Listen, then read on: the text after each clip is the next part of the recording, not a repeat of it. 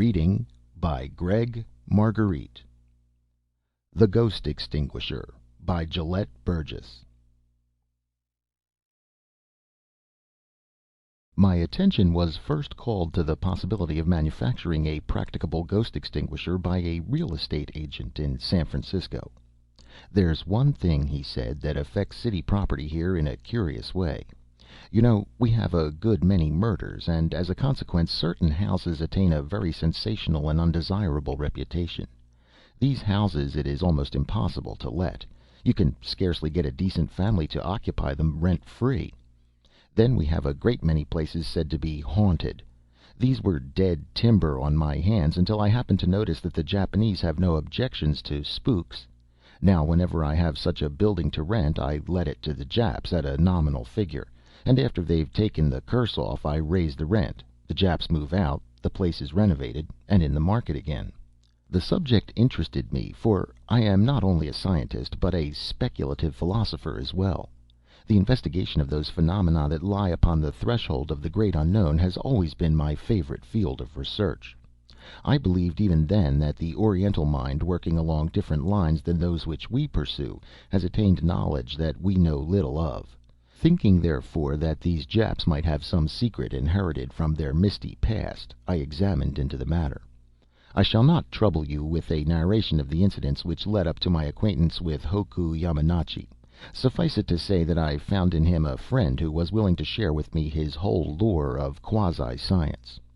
I call it this advisedly, for science, as we Occidentals use the term, has to do only with the laws of matter and sensation. Our scientific men, in fact, recognize the existence of nothing else. The Buddhistic philosophy, however, goes further.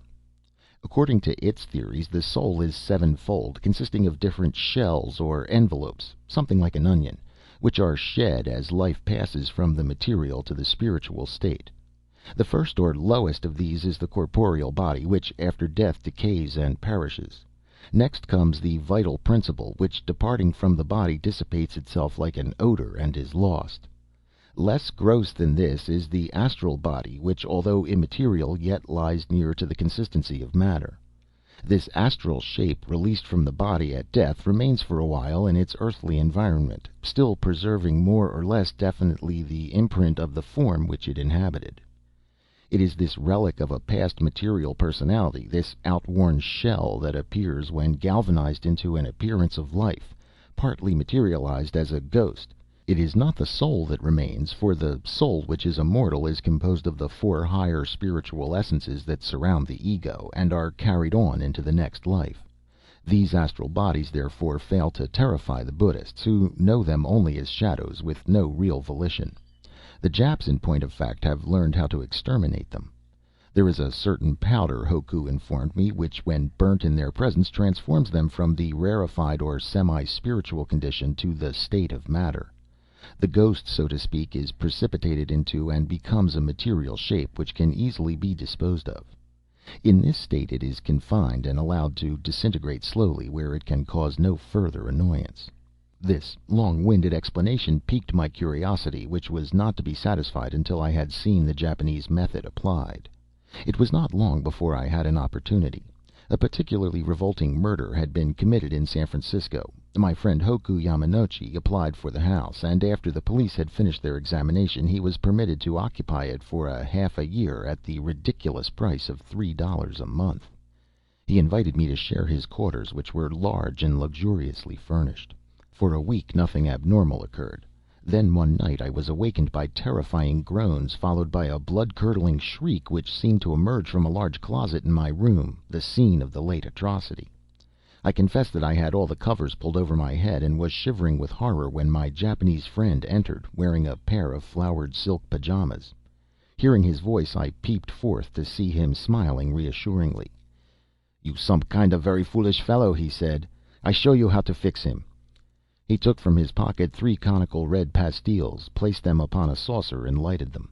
Then, holding the fuming dish in one outstretched hand, he walked to the closed door and opened it. The shrieks burst out afresh, and as I recalled the appalling details of the scene which had occurred in this very room only 5 weeks ago, I shuddered at his temerity. But he was quite calm. Soon I saw the wraith-like form of the recent victim dart from the closet. She crawled under my bed and ran about the room, endeavoring to escape, but was pursued by Hoku, who waved his smoking plate with indefatigable patience and dexterity. At last he had her cornered, and the specter was caught behind a curtain of odorous fumes. Slowly the figure grew more distinct, assuming the consistency of a heavy vapor, shrinking somewhat in the operation. Hoku now hurriedly turned to me.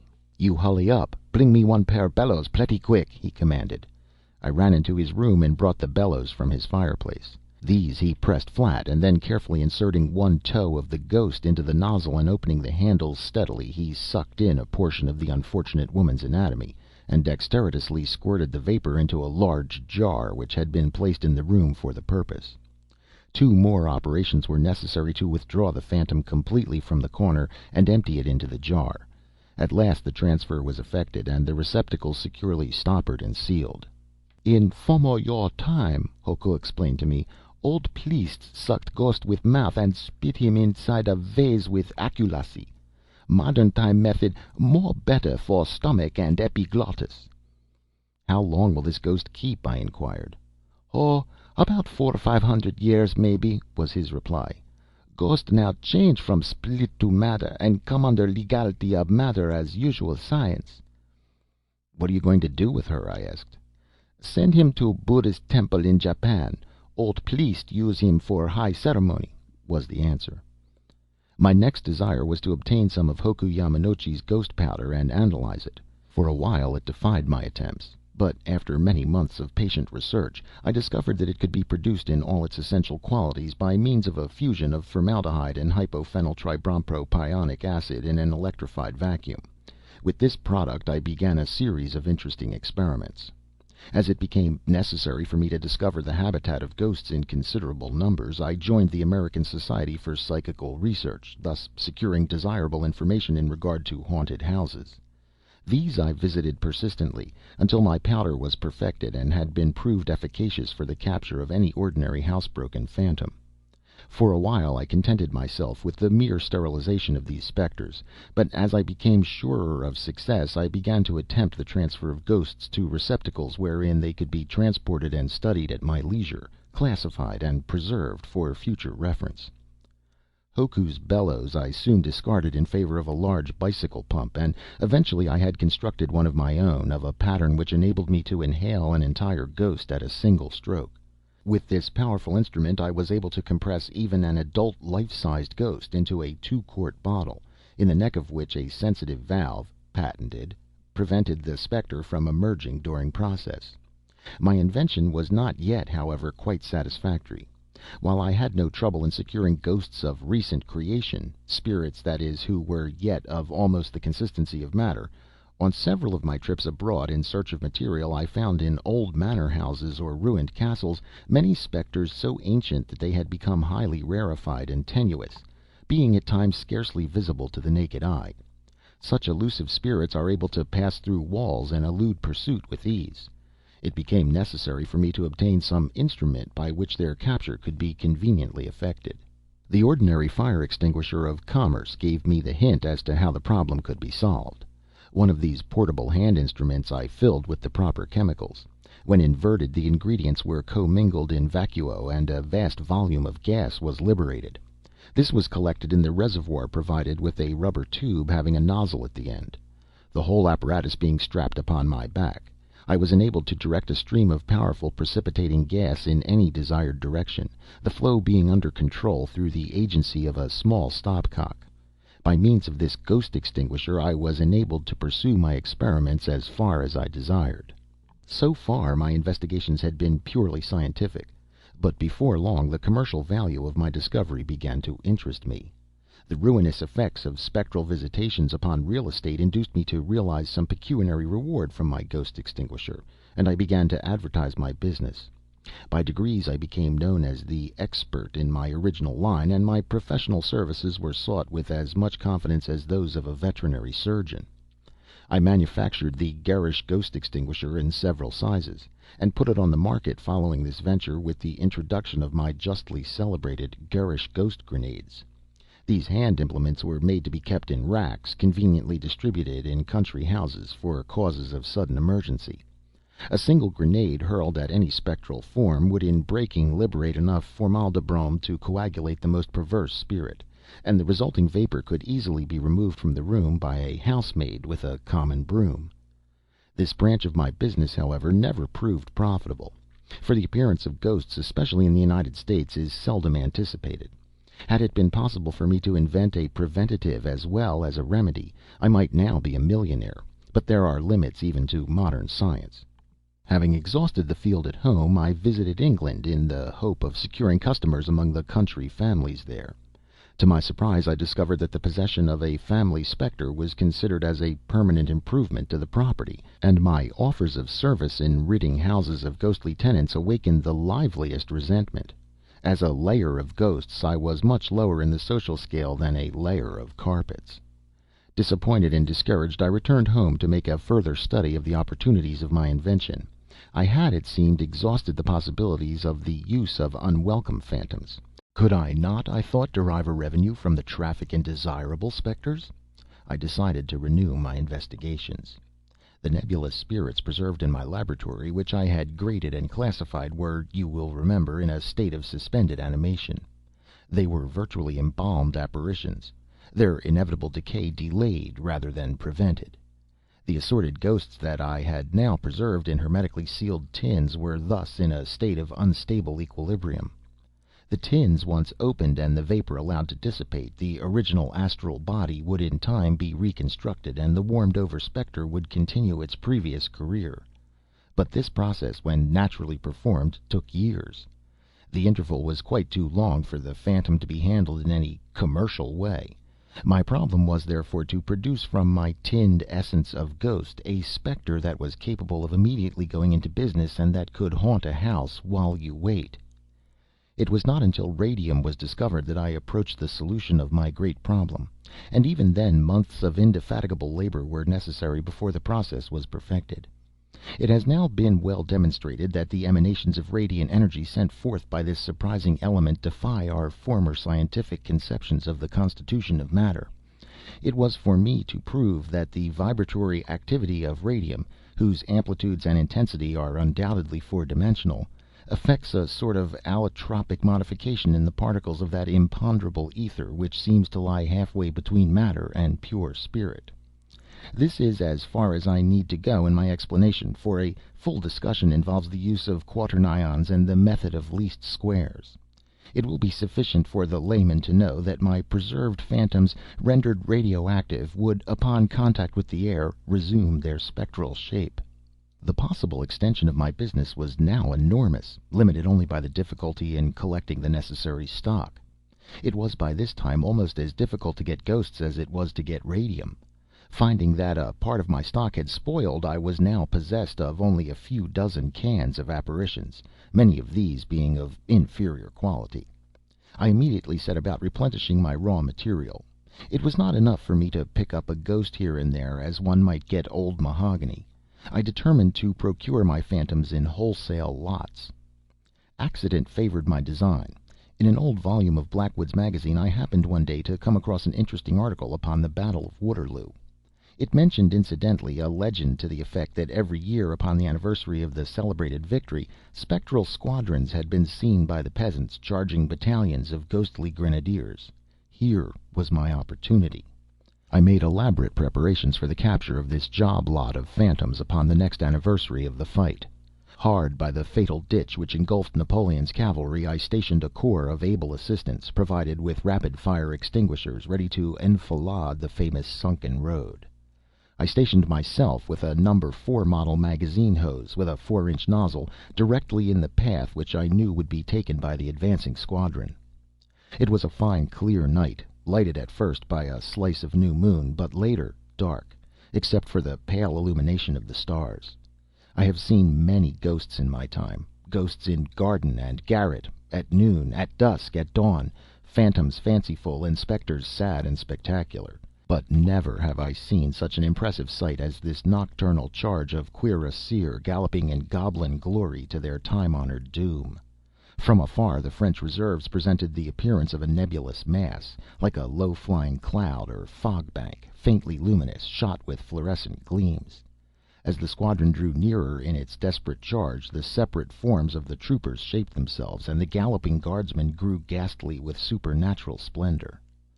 Although I knew them to be immaterial and without mass or weight, I was terrified at their approach, fearing to be swept under the hoofs of the nightmares they rode. Like one in a dream, I started to run, but in another instant they were upon me, and I turned on my stream of formaldybrom. Then I was overwhelmed in a cloudburst of wild, warlike wraiths. The column swept past me, over the bank, plunging to its historic fate. The cut was piled full of frenzied, scrambling specters, as rank after rank swept down into the horrid gut. At last the ditch swarmed full of writhing forms, and the carnage was dire. My assistants with the extinguishers stood firm, and although almost unnerved by the sight, they summoned their courage and directed simultaneous streams of formaldybrom into the struggling mass of phantoms. As soon as my mind returned, I busied myself with the huge tanks I had prepared for use as receivers. These were fitted with a mechanism similar to that employed in portable forges, by which the heavy vapor was sucked off. Luckily the night was calm, and I was enabled to fill a dozen cylinders with the precipitated ghosts. The segregation of individual forms was, of course, impossible, so that men and horses were mingled in a horrible mixture of fricasseed spirits. I intended subsequently to empty the soup into a large reservoir and allow the separate specters to reform according to the laws of spiritual cohesion. Circumstances, however, prevented my ever accomplishing this result. I returned home to find awaiting me an order so large and important that I had no time in which to operate upon my cylinders of cavalry. My patron was the proprietor of a new sanatorium for nervous invalids, located near some medicinal springs in the Catskills. His building was unfortunately located, having been built upon the site of a once famous summer hotel, which, while filled with guests, had burnt to the ground, scores of lives having been lost. Just before the patients were to be installed in the new structure, it was found that the place was haunted by the victims of the conflagration to a degree that rendered it inconvenient as a health resort. My professional services were requested, therefore, to render the building a fitting abode for convalescents. I wrote to the proprietor, fixing my charge at $5,000. As my usual rate was $100 per ghost, and over 100 lives were lost at the fire, I considered this price reasonable, and my offer was accepted. The sanatorium job was finished in a week. I secured 102 superior spectral specimens, and upon my return to the laboratory put them up in heavy embossed tins with attractive labels in colors. My delight at the outcome of this business was, however, soon transformed to anger and indignation. The proprietor of the health resort, having found that the specters from his place had been sold, claimed a rebate upon the contract price equal to the value of the modified ghosts transferred to my possession. This, of course, I could not allow. I wrote, demanding immediate payment according to our agreement, and this was peremptorily refused. The manager's letter was insulting in the extreme. The Pied Piper of Hamelin was not worse treated than I felt myself to be, so, like the piper, I determined to have my revenge. I got out the 12 tanks of Waterloo ghost hash from the storerooms and treated them with radium for 2 days. These I shipped to the Catskills, billed as hydrogen gas. Then, accompanied by 2 trustworthy assistants, I went to the sanatorium and preferred my demand for payment in person. I was ejected with contumely. Before my hasty exit, however, I had the satisfaction of noticing that the building was filled with patients. Languid ladies were seated in wicker chairs upon the piazzas, and frail, anemic girls filled the corridors. It was a hospital of nervous wrecks whom the slightest disturbance would throw into a panic. I suppressed all my finer feelings of mercy and kindness, and smiled grimly as I walked back to the village. That night was black and lowering, fitting weather for the pandemonium I was about to turn loose. At 10 o'clock I loaded the wagon with the tanks of compressed cohorts, and, muffled in heavy overcoats, we drove to the sanatorium. All was silent as we approached. All was dark. The wagon concealed in a grove of pines, we took out the tanks one by one and placed them beneath the ground floor windows. The sashes were easily forced open, and raised enough to enable us to insert the rubber tubes connected to the iron reservoirs. At midnight everything was ready. I gave the word, and my assistants ran from tank to tank, opening the stopcocks. With a hiss as of escaping steam, the huge vessels emptied themselves, vomiting forth clouds of vapor, which, upon contact with the air, coagulated into strange shapes as the white of an egg does when dropped into boiling water. The rooms became instantly filled with dismembered shades of men and horses, seeking wildly to unite themselves with their proper parts. Legs ran down the corridors, seeking their respective trunks. Arms writhed wildly, reaching for missing bodies. Heads rolled hither and yon in search of native necks. Horses' tails and hooves whisked and hurried in quest of equine ownership, until, reorganized, the spectral steeds galloped about to find their riders. Had it been possible, I would have stopped this riot of wraiths long ere this, for it was more awful than I had anticipated, but it was already too late. Cowering in the garden, I began to hear the screams of awakened and distracted patients. In another moment the front door of the hotel was burst open, and a mob of hysterical women in expensive nightgowns rushed out upon the lawn and huddled in shrieking groups. I fled into the night. I fled, but Napoleon's men fled with me, compelled by I know not what fatal astral attraction, perhaps the subtle affinity of the creature for the Creator. The spectral shells, moved by some mysterious mechanics of spiritual being, pursued me with a fatuous fury. I sought refuge first in my laboratory, but even as I approached, a lurid glare foretold me of its destruction. As I drew nearer, the whole ghost factory was seen to be in flames. Every moment crackling reports were heard, as the overheated tins of phantasmagoria exploded and threw their supernatural contents upon the night. These liberated ghosts joined the army of Napoleon's outraged warriors and turned upon me. There was not enough formaldybrom in all the world to quench their fierce energy. There was no place in all the world safe for me from their visitation.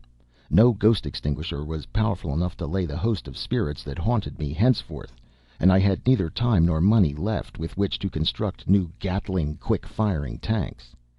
It is little comfort to me to know that 100 nervous invalids were completely restored to health by means of the terrific shock which I administered. End of The Ghost Extinguisher by Gelett, Burgess.